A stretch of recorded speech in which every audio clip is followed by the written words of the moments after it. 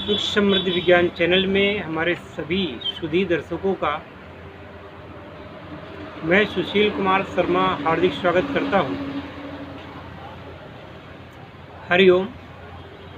यदि आप पहली बार हमारा वीडियो देख रहे हैं और चैनल को अभी तक सब्सक्राइब नहीं किया है तो चैनल को सब्सक्राइब कर लें और घंटी का बटन दबा करके ऑल पर सिलेक्ट कर लें। जैसे ही हमारे वीडियो में हमारे चैनल पर कोई नया वीडियो अपलोड किया जाता है आपको तुरंत ही इसका नोटिफिकेशन मिलेगा और आप तुरंत ही देख सकेंगे उस वीडियो को। जय श्री राम। प्रिय बंधुओं, जैसा कि इस चैनल का उद्देश्य ही यही है कि आपके जीवन में सुख आवे, समृद्धि आवे। जब तक ये नहीं है तो आप ये मान लें कि मानव का जीवन जो लिया है आपने वो बेकार में जा रहा है। मैं उन लोगों की तरह नहीं हूँ जो आपको ये सिखाते हों कि जीवन बेकार है, वैराग्य धारण कर लो और संसार से प्रेम मत रखो, धन का परित्याग कर दो, है ना।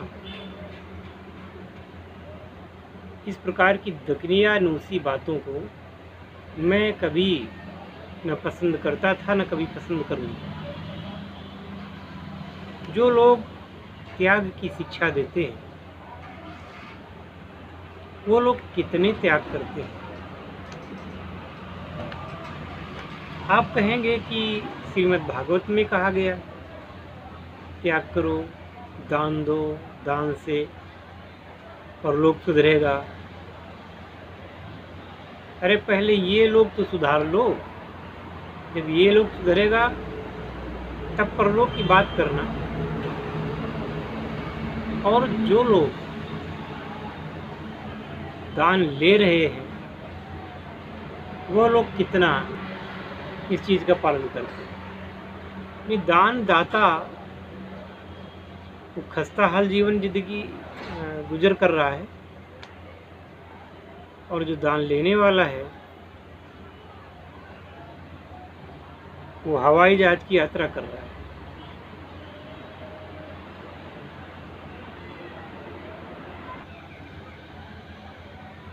आस्था के नाम पर जब आस्था होती है तो कहीं न कहीं लोग आस्था का दोहन भी करते हैं।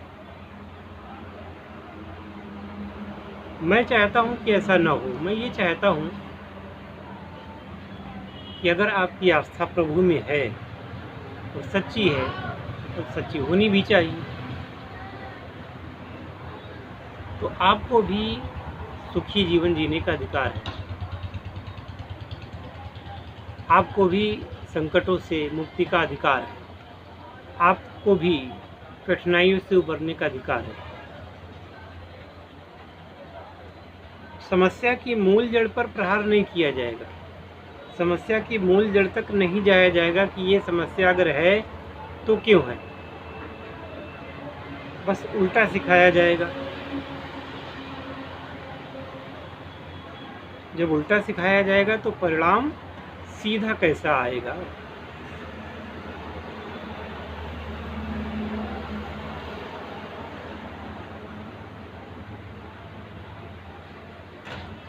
आपको भागवत में सिखाया गया। मैं भागवत की बुराई कभी नहीं करता, न करूँगा। जो एक एजेंडा लोग चला रहे हैं भागवत के नाम पर या किसी कथा के नाम पर, एजेंडा जो चल रहा है लोगों को मूर्ख बना करके उनके धन का हरण करना, लोगों को इस प्रकार की बात बताना। जैसे मान लीजिए किसी सत्संग में आप जाते हैं तो वहाँ बूढ़े बुजुर्ग लोग ज़्यादा होते हैं। एक तो बूढ़े लोगों की कद्र घर में वास्तव में होती नहीं, जैसा ज़माना चल रहा है। ऊपर से ये तथाकथित प्रवक्ता लोग उनको भड़काते हैं।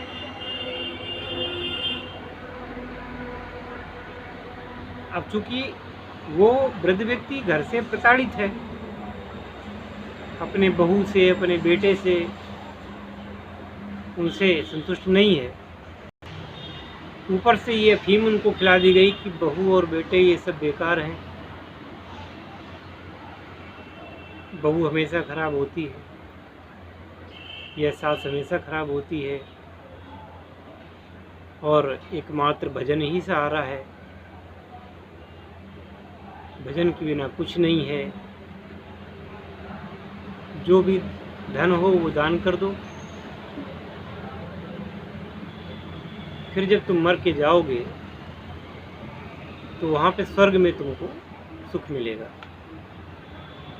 ये ठीक बिल्कुल वही परंपरा की तरह है जैसे नौजवानों को बहका दिया जाता है कि तुम काफिरों का कत्ल करो, काफिरों की बहू बेटियाँ उठाओ, उनका रेप करो, जो तुम्हारे धर्म को न माने उसको मर्डर कर दो। और यदि तुम ऐसा करते हो तो जब तुम मर के जाओगे ऊपर तो वहाँ पे तुम्हें 72 हूरें मिलेंगी, शहद की नदियाँ होंगी, दूध की नदियाँ होंगी और शराब की नदियाँ होंगी।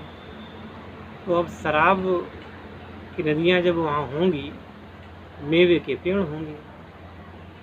3 चीज़ें बताई गई कि मेवे के पेड़ होंगे, शराब की नदियाँ होंगी और 72 हूरें होंगी। अब वो बेचारा अच्छा खासा जी रहा था, 72 हूरों के चक्कर में पड़ करके वो अपराधी बन जाता है। अपराधी बनने के बाद में उसकी दशा क्या होती है दुनिया को पता है।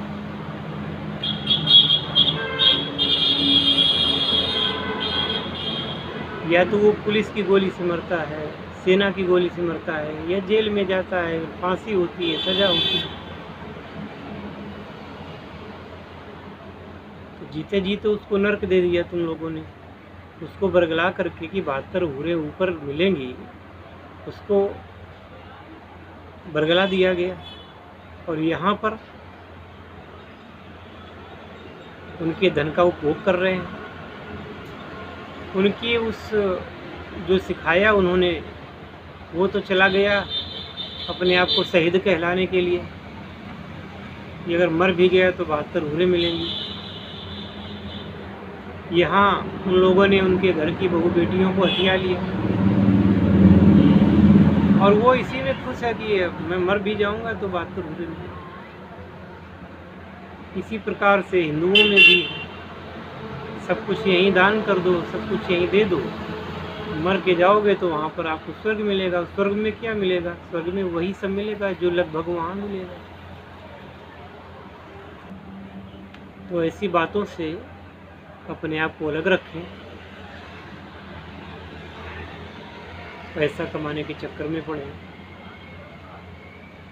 पैसे को बचाने के चक्कर में पड़े।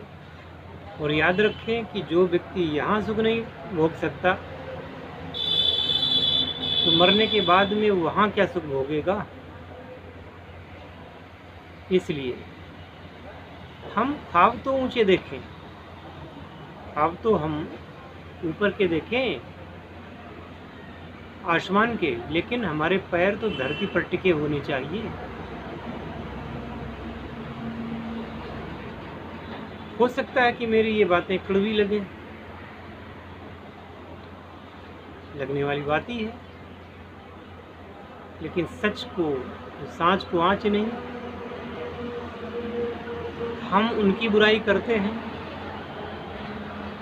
और हम अपने मुंह में मिट्ठू बनते हैं और अपनी पीठ खुद अपने हाथों से थपथपाने की कोशिश करते हैं। ये दोहरी नीति नहीं चलेगी। सच हमेशा सच रहता है। इसलिए मैं यही कहूँगा आपसे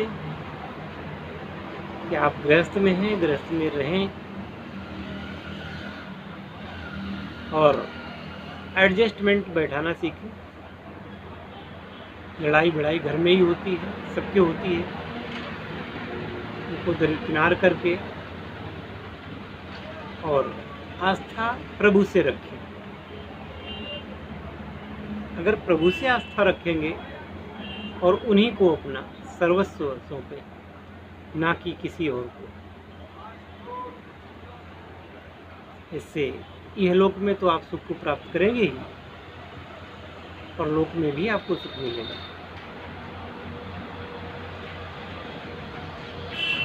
मिलते हैं अगली वीडियो में, तब तक के लिए जय शिव शंकर, जय भोलेनाथ, हर हर महादेव।